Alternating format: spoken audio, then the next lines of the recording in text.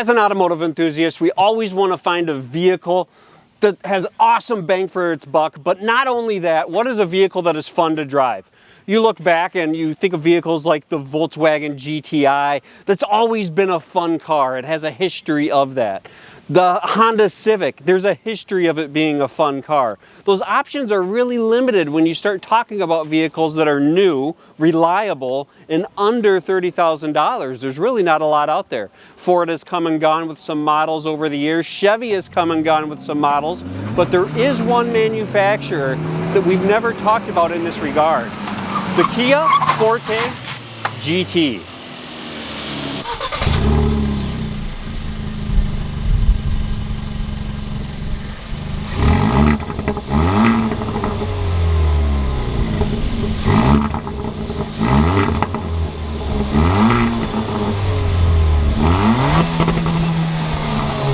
There's no doubt about the fact Kia is trying to have the most fun that they possibly could in this. You know how much power the new Civic Si has? Like 230? No, it's actually 200 exactly. Okay. You know that this actually has way more horsepower than the Honda Civic Si? Yeah, I know how much this has. So. This has 201 horsepower, Woo! leading in class. What's up? Welcome to the gun show.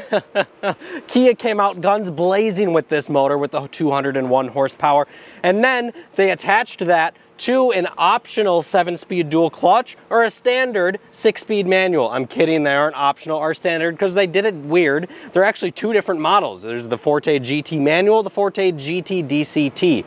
Okay. This one is the DCT, which has the GT2 package on it, which is just some other goodies. You get the sunroof and some other interior bits. However, that doesn't change the driving aspect. I personally have driven the manual and I've driven the DCT. Personally, in my opinion, the manual's clutch feels a little bit too light and I don't feel super connected with the shifter in it. It almost just feels like a daily driver. It doesn't feel, I've just driven a lot of newer cars that have a better feeling gearbox, and it's I can say that. The Honda Civic Si, I have driven it in Civic Si, the gearbox feels better, the clutch feels better. It just feels kind of flappy in this, but the dual clutch fits this car's personality quite well, and that's what we have here today.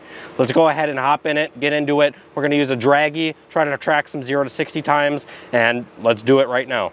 All right, so we are going to do 3 runs with the draggy with a passenger in the car. We're going to do 3 runs with the draggy without a passenger in the car. Here goes run number 1 with a passenger. Sport mode, no accessories on, let's go.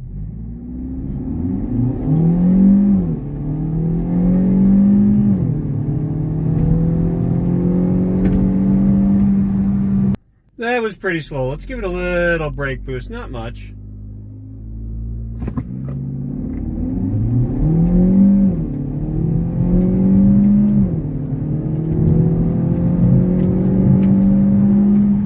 Number 3, no brake boost. Woo!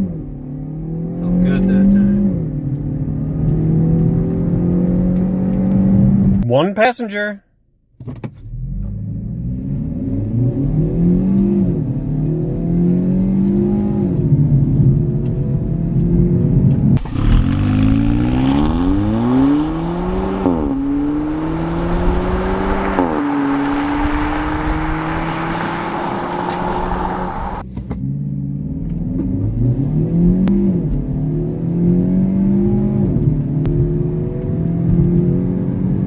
Let's try paddles this time.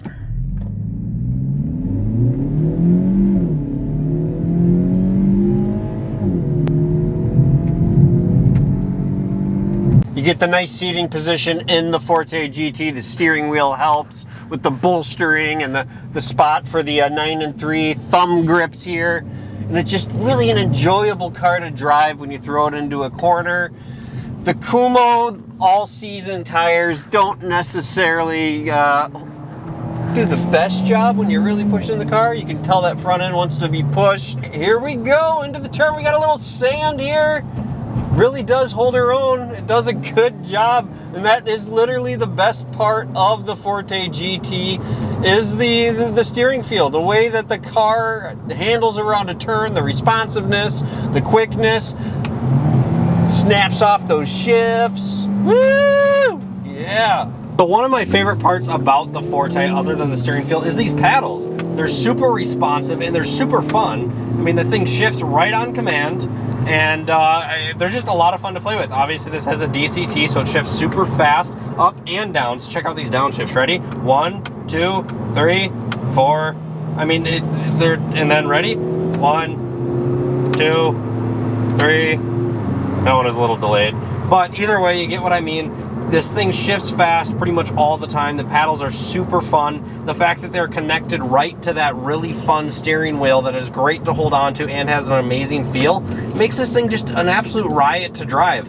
I didn't realize until driving this just how much a transmission makes or breaks a car. Because honestly, the engine in this isn't super exciting. I'm going to be honest, it's not. It's 200 horsepower, 4-cylinder turbo. It sounds okay. It doesn't sound amazing. But the transmission is what I enjoy substantially more than the engine. It's just so much fun going through the gears, playing with the paddles, because this is my first car with paddles. I've always had sticks, and it's just super enjoyable. I really like it. We have a roundabout coming up here, which is one of my favorite things to do in this car because it is so fun to go around them. Hopefully this Grand Caravan speeds up a little bit because, man, these things are just an absolute riot. Apex. And right on through. They just skyrocket straight through these things. It is so much fun. It handles so well. The responsiveness out of the steering in this thing is an absolute riot. If you put a little bit stickier tires on this thing, I can't even imagine the corners it could go around. All right, I want to talk about how clunky the transmission is in this. I did mention that in my last video, and I had some comments down below. Some people think it is, some people think it's not. Some people think any new car obviously shouldn't have a clunky transmission, and well, this one does. So I'm going to do an example of that. I'm going to drive slow here. I just wanted to let you know you can hear a very loud bang on the outside almost every time I do this, as well as some rattling. So it's not smooth in any way, shape, or form. So check this out. Ready?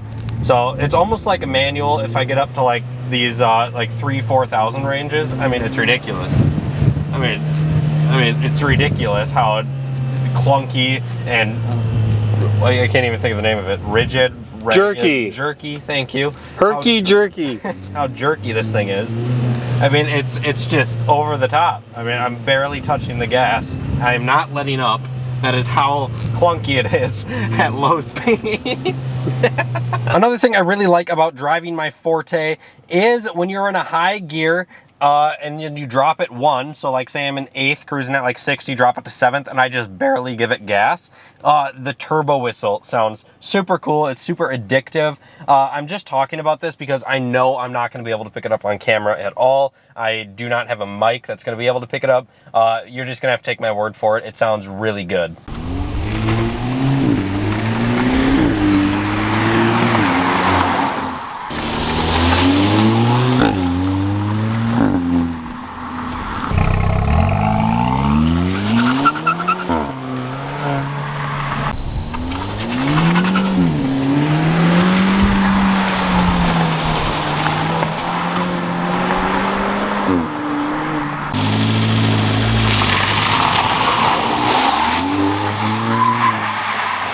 There you have it. You have a vehicle that's snappy, fun to drive, very responsive in the steering, a great around town car that is zippy. You could even classify this as a fun autocross car, I bet. What you can't do with this is pull up next to something that has more than 201 horsepower and expect to win a race. Unfortunately, I lost pretty bad to the classic V6 Chevy Silverado at a stoplight the other day. So there is that whole side of things that doesn't take away from the fact that the Forte can put a smile on your face, that it is fun to drive. But this isn't like a true sports car. For its class, it hits the mark. Guys, check out some of our other videos on the Forte if you want a deeper dive into the options, into the review. Also kind of, we not only have that, but we also have kind of an ownership review out there as well. Like, subscribe. What do you got to say, Austin? I got a couple of things I wanted to say. So I know that some people are going to comment on this video asking about the race chip. I had one on the Fiat.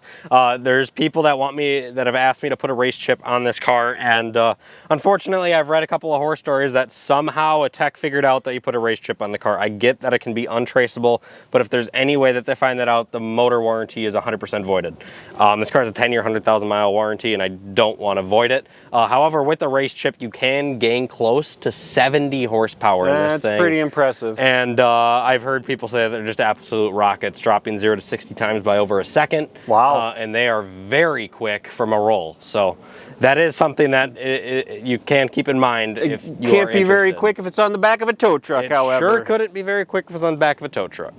Thank you guys so much for tuning in today's video. Have a great rest of your day.